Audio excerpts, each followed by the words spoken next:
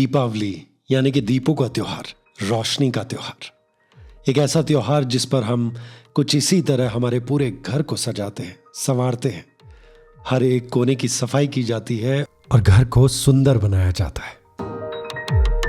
पता है दिवाली की सबसे इंटरेस्टिंग बात क्या है कि अगर कुछ तौर तरीकों को छोड़ दें तो पूरे देश में लगभग ये त्योहार एक ही जैसा मनाया जाता है।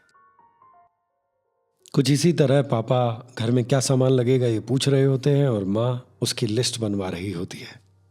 क्या खानी है? मिठाई मंगवाओ।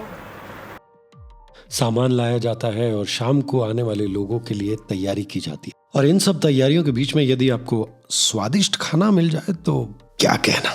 सुनो, सब्जी बहुत अच्छी है। वैसे मुझे ये घी में चुपड़ी हुई कड़क रोटी बहुत पसंद है।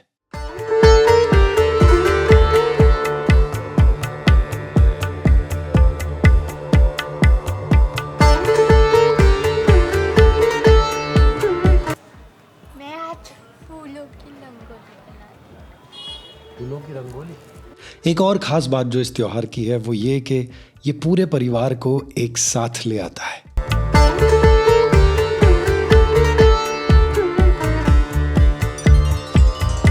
कितनी बढ़िया खुशबू आ रही है। मतलब मुंबई में आप गुलाब लेकर आओ, आपको खुशबू ही है। यहाँ पे मतलब ये आपको स्मेल करने की भी जरूरत नहीं है, ऑटोमेटिकली खुशबू है। तो भैया हो रही है लक्ष्मी पूजन की तैयारी। लक्ष्मी जी का फेवरेट फूल कमल खिल गया।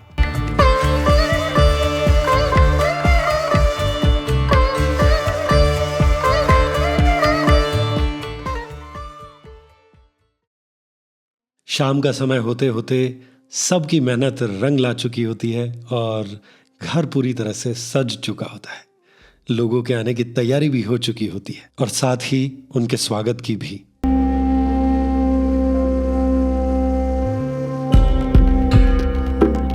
और फिर बारी आती है पूरे घर को दीपों से सजाने की। और बारी आती है इस दीपक की रोशनी की तरह हमारी आत्मा की रोशनी को जगाकर जीवन के अंधेरे को भगाने की।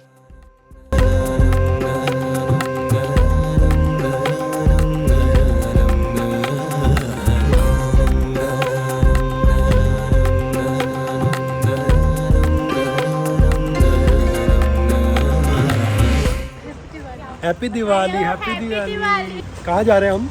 हम जा रहे हैं मंडी।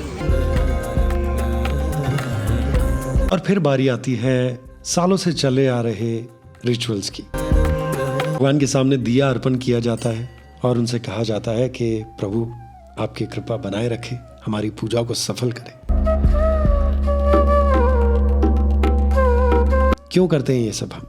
ताकि उस दिव्य शक्ति से जो किसी भी रूप में है उससे हम जुड़ सके। लक्ष्मी पूजन के वक्त कुछ फनी सी चीजें होती हैं, आपके साथ भी पता नहीं होता है कि नहीं, बट मेरे साथ होता है कि जब कभी तिलक निकल रहा है तो मैंने कह दिया कि मम्मी तिलक टेढ़ा क्यों निकाला है, या माँ मुझसे कहती हैं कि तुम आरती गलत गा रहे हो। कुछ ऐसी चीजें होती हैं। आप लोगों के साथ भी होता है ऐसा?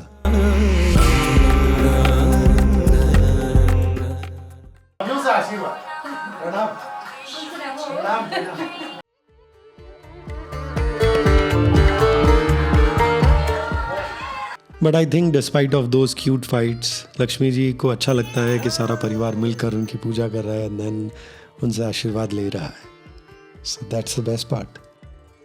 Diwali, happy Diwali, happy Diwali. पता है बड़ा होने की एक दिक्कत क्या होती है कि आपका पटाखों में इंटरेस्ट कम हो जाता है और आपकी जिंदगी फुलझड़ियों तक सिमट कर रह जाती है और हम आम जिंदगी में भी कुछ ऐसा ही करने लगते हैं। पर इस सब के बीच में जो सबसे ज्यादा मायने रखने वाली चीज है वो है सबका साथ। ये साथ जो जिंदगी को जिंदगी बनाता है।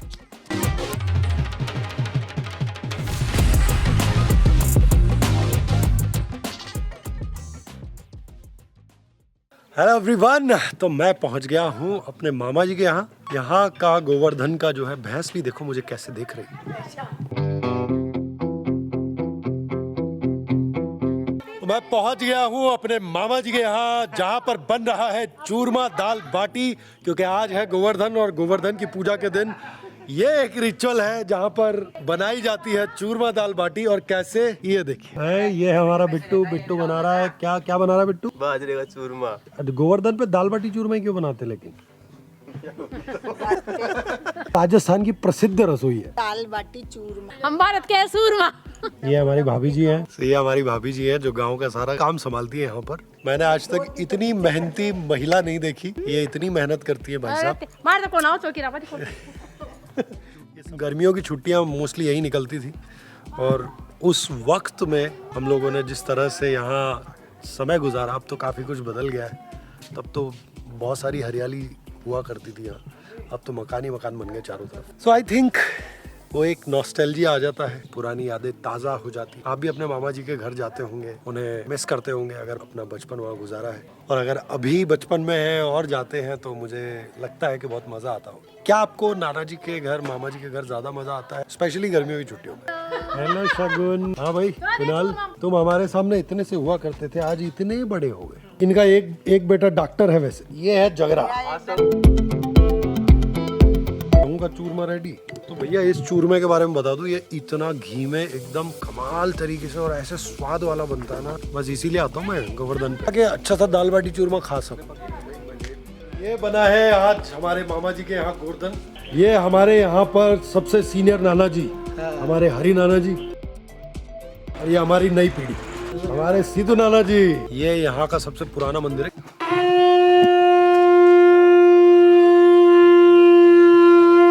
भैया ये हो गया अन्नकूट तैयार। हाँ, अब पहले भोग लगेगा, हो जाएगा, फिर उसके बाद में प्रसाद मिलेगा।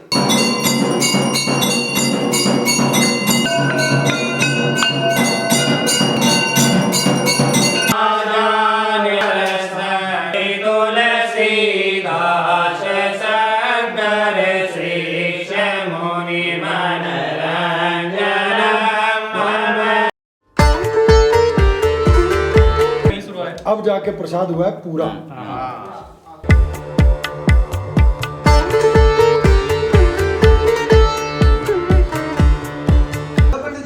चलो मेरा प्रसाद आ गया है।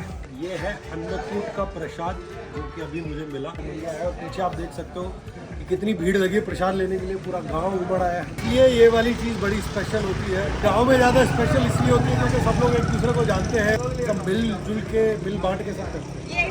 सुबह से मैंने कुछ नहीं खाया है तो मैं खा रहा हूँ अन्नकूट का प्रसाद।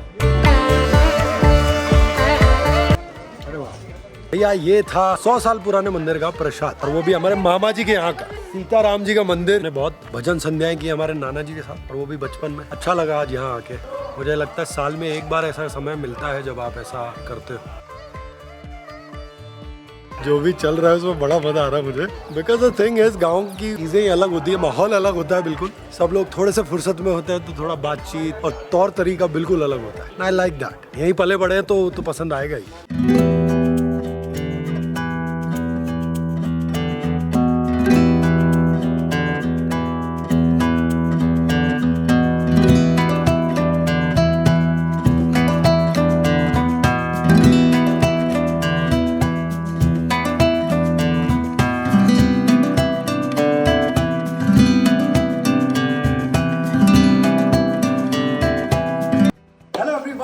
तो आज आया हूँ मैं मेरे मामा जी के यहाँ। ये जयपुर से 45 किलोमीटर के आसपास ये गांव है। यहाँ पर क्यों आया हूँ? क्योंकि गोवर्धन मोस्टली हम लोग यहीं मनाने की कोशिश करते हैं। क्यों करते हैं? क्योंकि साल में एक बार सबसे मुलाकात हो जाती है और यहाँ का दाल बाटी चूरमा बड़ा फेमस है। अभी मैं जहाँ पर खड़ा हूँ ये है 200 साल पुरानी हवेली, और ये 200 साल पुरानी हवेली हमारे नाना जी के जो पिताजी के पिताजी थे उनके ज़माने में ये बनी थी। ये वाली हवेली स्पेशल इसलिए है क्योंकि यहाँ पर मैंने अपना बचपन गुजारा है। बचपन में हम लोग यहाँ पर आया करते थे खेलने के लिए भी। तब ये बड़ी हरी भरी हवेली हुआ करती थी। अब तो यहाँ से बहुत सारे लोग शिफ्ट हो गए हैं, बहुत कम लोग हैं जो यहाँ रहते हैं। अभी हमारी एक मामी जी है जो अंदर अभी खाना वाना लेकर आई है बनाकर चूरमा। मैं वो दिखाता हूँ अगर वो राज़ी होंगी तो। मामी जी आ जाऊँगा अंदर, शूट कर लियो। तो ये हमारी मामी जी हैं। तो यहाँ पर बहुत कम लोग हैं, आप ही रह रहे केवल अभी। और हाँ, ऐसा भी कहा जाता है कि इस हवेली में खजाना दबा हुआ है, और खजाना दबा हुआ है इस वाले र्यूमर पे हमारी बहुत बातचीत हुई थी, और वो खजाना ढूंढने के लिए बहुत सारे लोग आए भी थे, लेकिन वो खजाना अभी तक मिला नहीं है। वो खजाना एक दिन जो है कोशिश करेंगे कि हमें मिल जाए। और आप देख सकते हैं दीवारें कितनी पुरानी है। ये देखिए जर्जर हालत में पुरानी हवेली, और वो बैठी है पुरानी हवेली की एक मालकिन। अरे वो पुरानी हवेली की मालकिन, प्रणाम। भाई हमारे मामा जी का नया मकान, ये है गांव की पहचान खाट। ओ मामी जी थे इंडे चो में था वाट उंडा त्रीजे जो नहीं काचूर है। तो ये था मामा जी के यहाँ का कार्यक्रम। अभी खाएंगे दाल बाटी चूरमा, बनेंगे सूरमा और चलेंगे जयपुर और देखेंगे। आज लास्ट डे है वैसे उस चीज फेमस क्या है जो दिवाली पर होती। ये व्लॉग लेट हो गया वैसे, बट इट्स ओके। ये हमारे सीमेंट वाले मामा जी है, ये हमारे इंग्लिश वाले नाना जी, या कोड़ा होगी या होगी यूट्यूब पे। तो ये है हमारे मामा जी के यहाँ की चौपाल। ये चौपाल आज से मेरे ख्याल से हो गए 70-80 साल तो हो गए बैठते चौपाल को। चौपाल यहाँ बैठता 60 साल हो गई ना। अच्छा, पुराने चौपाल वहाँ लगा करती थी पहले चौपाल, अभी स्विच होके यहाँ पे हो गया। तो ये था मेरे मामा जी का गांव और मेरे मामा जी के यहाँ का गोवर्धन।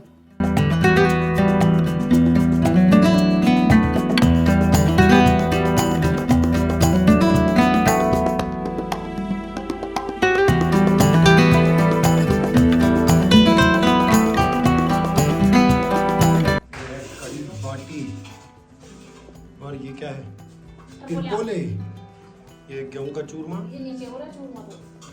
ये रहा बाजरे का चूरमा। ये सज गई है मेरी थाली। ये आ गई है मिक्स दाल। ये हमारी दोनों भाभियां और ये हमारी शगुन और ये हमारे पापड़। ब्लॉगिंग जो है लाइट ही गई।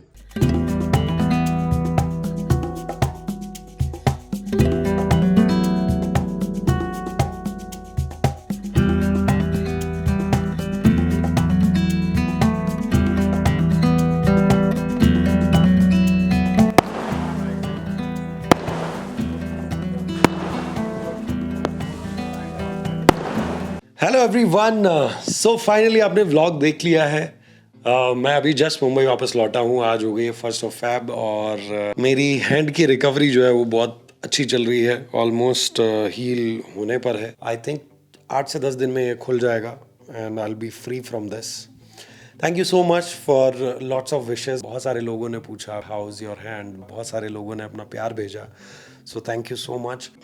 शायद वही वजह है कि जल्दी हील हो रहा है। बाकी बात करते हैं आज के व्लॉग के टेक अवे के बारे में। सो टेक अवे जो आज का है वो बड़ा स्पेशल है मेरे लिए भी, बिकॉज मैं घर से बाहर रहता हूँ और साल में 1 या 2 बार ही मैं घर इस तरह से जा पाता हूँ, और वो भी त्योहार के समय। सो दिवाली मेरे लिए एक ऐसा मौका होता है जब मैं अपने घर जाकर अपने घर वालों के साथ वो समय बिताता हूँ। घर की साफ सफाई से लेकर घर के छोटे मोटे काम या तैयारियों में हाथ बटाता हूँ। धीरे धीरे करते करते वो मोमेंट बड़ा स्पेशल बन जाता है, क्योंकि आप भूल जाते हो कि आपको इतने साल हो गए हैं यहाँ से निकले हुए।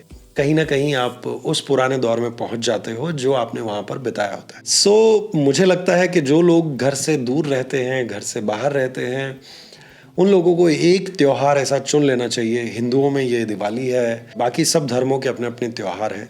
सो उन त्योहारों पर मेक श्योर कि आप घर जाएं, अपनों के साथ समय बिताएं। वो जो यादें हैं वहाँ की, जो आपने अपने जीवन में वहाँ पर जी हैं, उन यादों को ताज़ा करें, घर वालों का हाथ बटाएं, उनके साथ वो मेमोरीज़, वो सारी चीज़ें, वो सुख दुख सब कुछ शेयर करें जो शायद आप पूरे साल में उनके साथ नहीं कर पाते। क्योंकि ये आपको पूरे साल के लिए फिर से एनर्जाइज करता है, वो आपके अंदर एक एनर्जी भरता है, ताकि आप पूरा अगला साल जो आप घर से दूर रहकर बिताते हैं उन खूबसूरत या उन खट्टी मीठी यादों के साथ वो अच्छे से गुजरे। आई होप आज का व्लॉग आपको पसंद आया होगा।